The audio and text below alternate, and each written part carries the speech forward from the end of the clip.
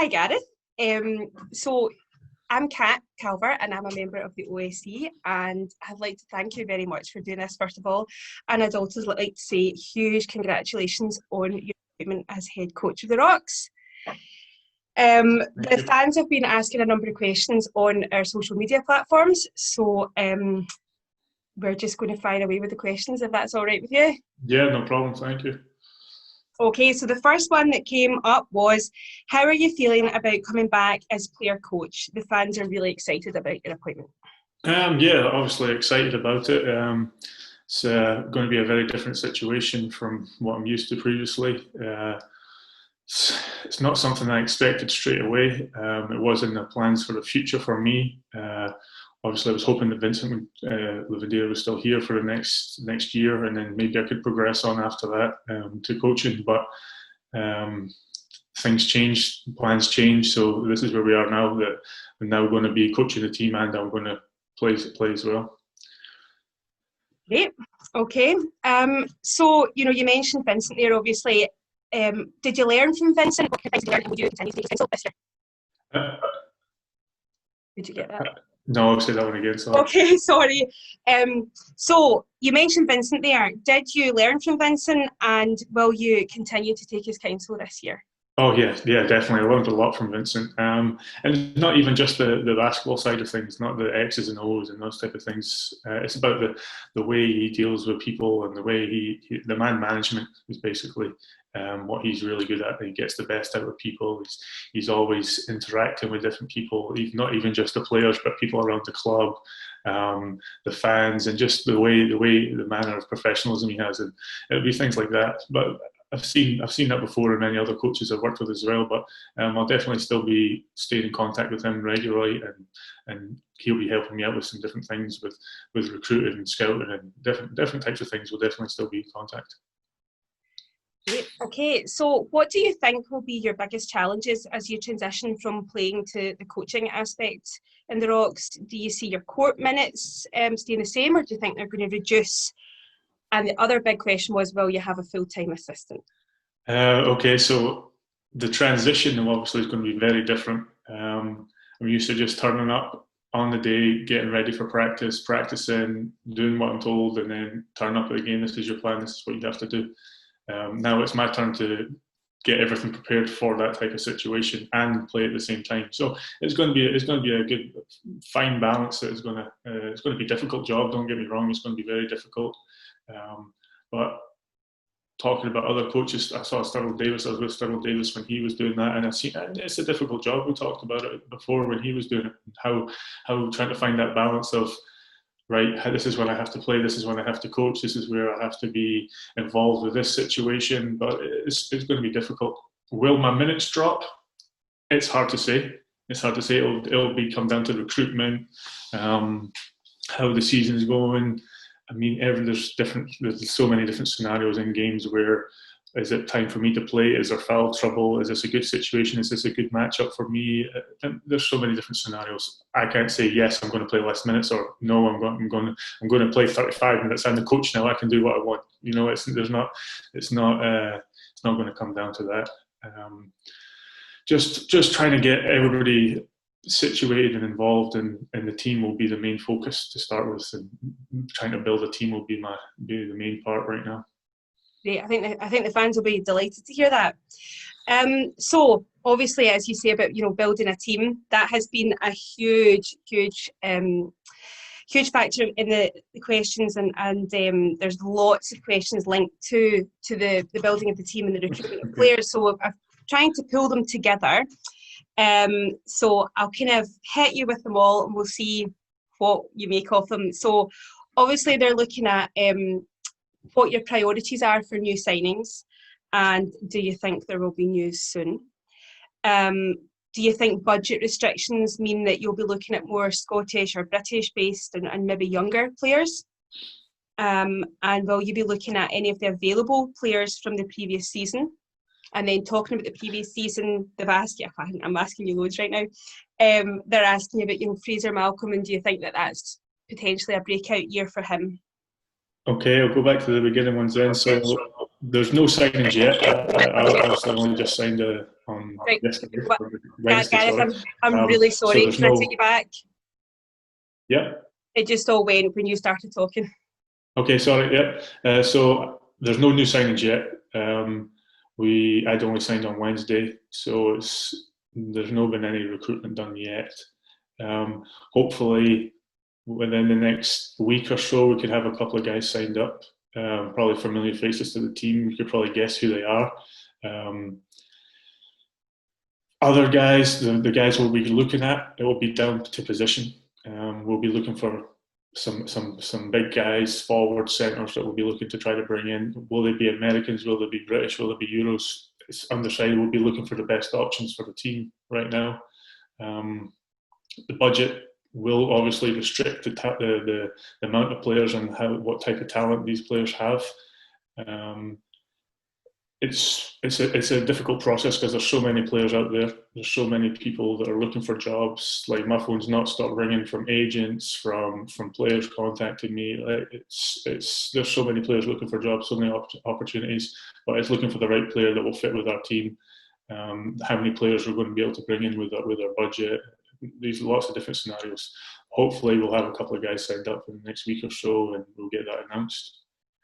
Talking about Fraser Malcolm, hopefully he'll be one of the guys that we bring in. He last year, obviously, he was coming from knee surgery last year, but he was starting to work well under Vincent, and Vincent was nurturing him and bringing him up. He broke him down a little bit and got him back to where he was basics, but he was starting to build him back up, and when he did get on the court, he played well. He'll definitely be a guy we'll be relying on to play some good minutes. And I've seen him do it before when I played with him in the Commonwealth Games. He's a guy that doesn't demand the ball a lot, but he makes shots, he plays hard, and he's a good character, a good guy. So he's a guy that we'll be looking for to really play some good minutes this year. Great. Some of the fans were asking about the Rocks Academy, if you felt it had been a success, if there were any potential new players there, and if budget were no issue, which previous Rock player would you sign? Okay, so the academy one year, I thought the academy was starting to really progress. It was in its second year, definitely a higher level of player coming into the academy. The standards definitely was up to level this last year. It was a disappointment really that we couldn't keep it going. It was partly down to the college and obviously the pandemic and things like that. We were looking for new sponsorship for the next year, and everything kicked in. So it was kind of disappointing we didn't we can't really continue that right now.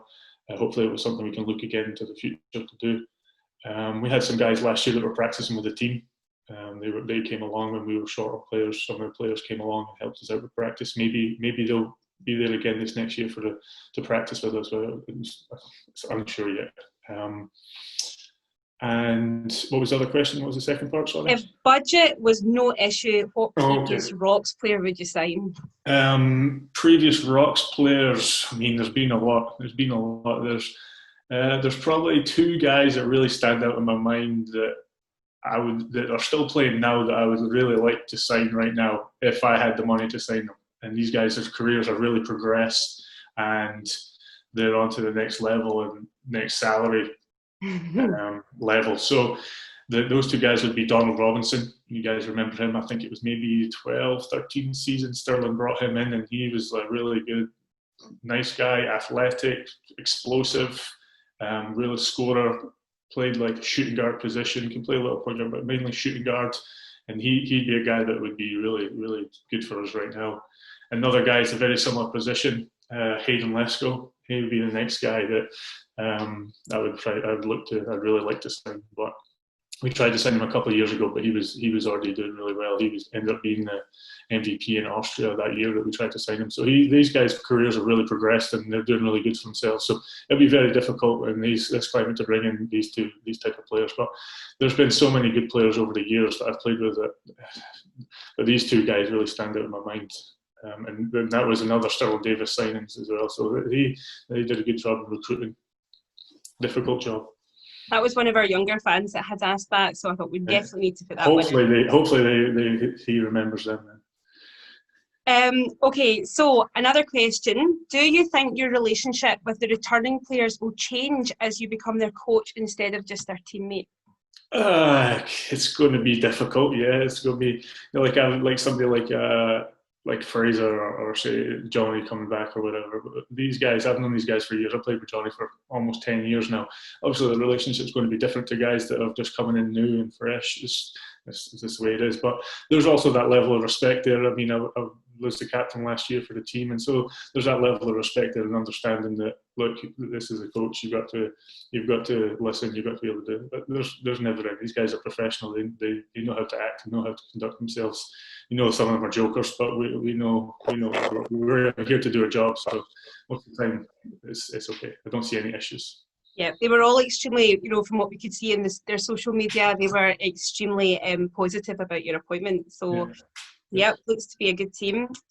So, over your long career, which coaches have you been most inspired by, and what style of basketball can we expect to see in the coming season?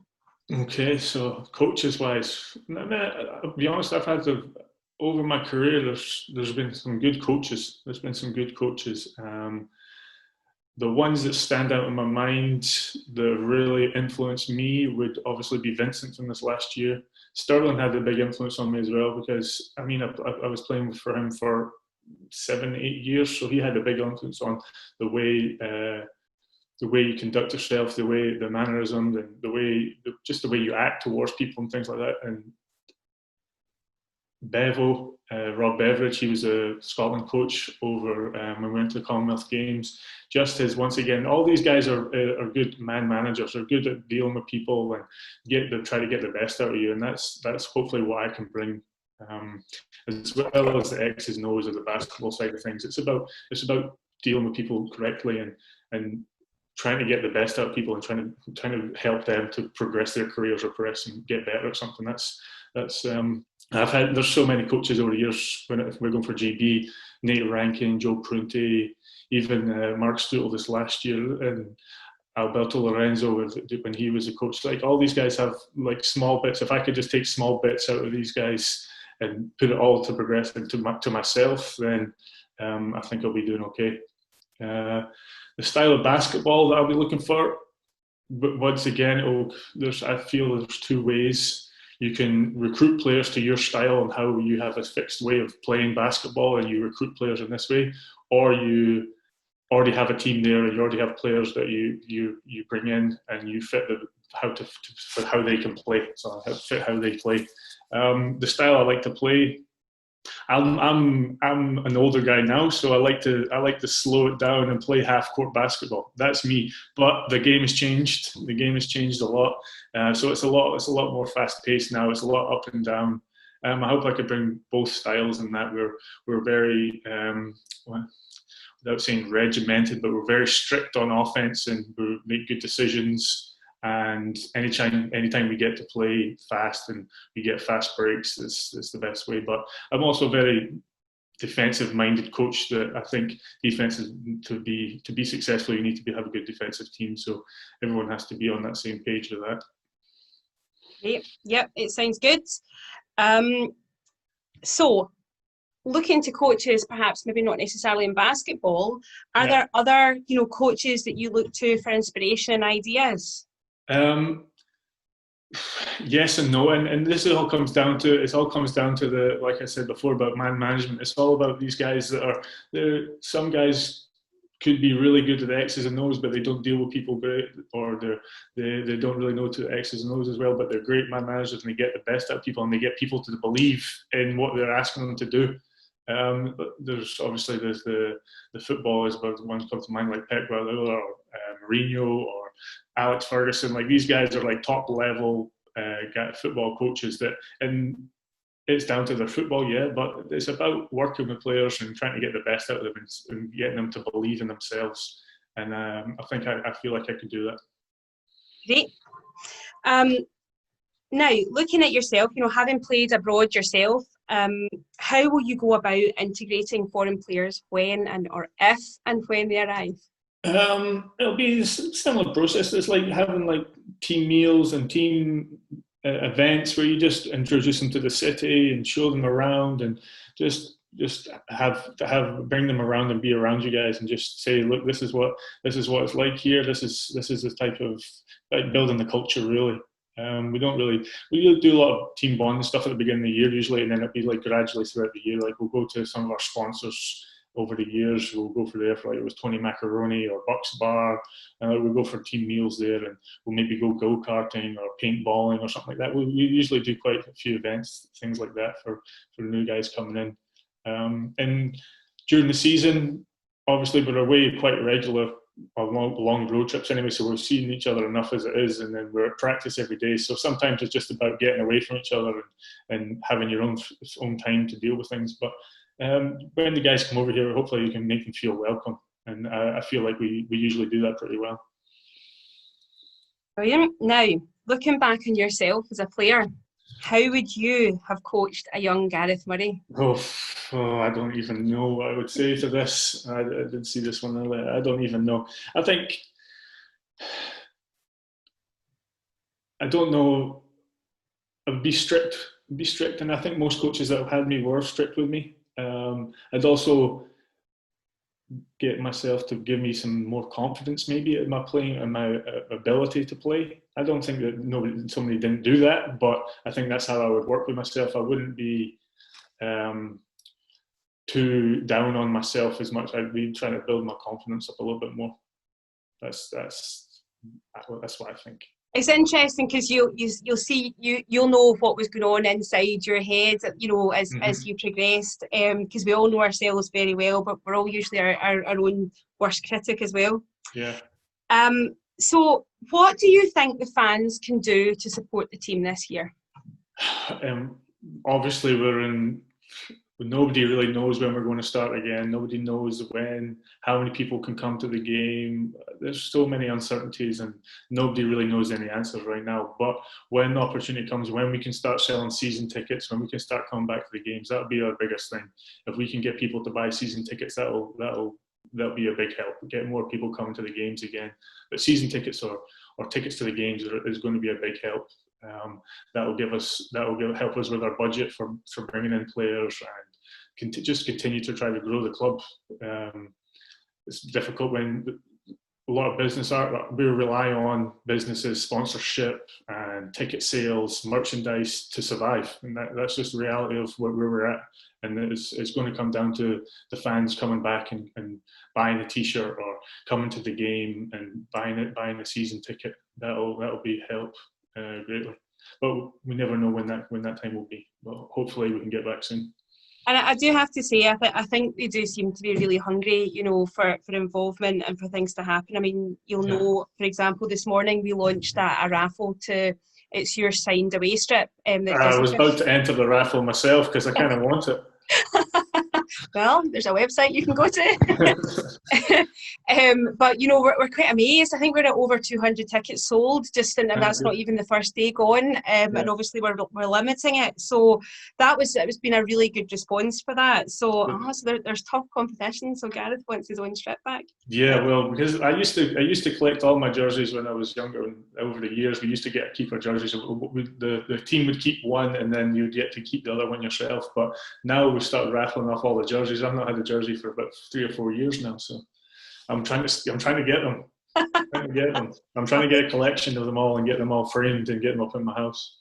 I've got my eye on it for my office. I've got a wee shrine to the rocks in my office. So I've got an eye on it for that.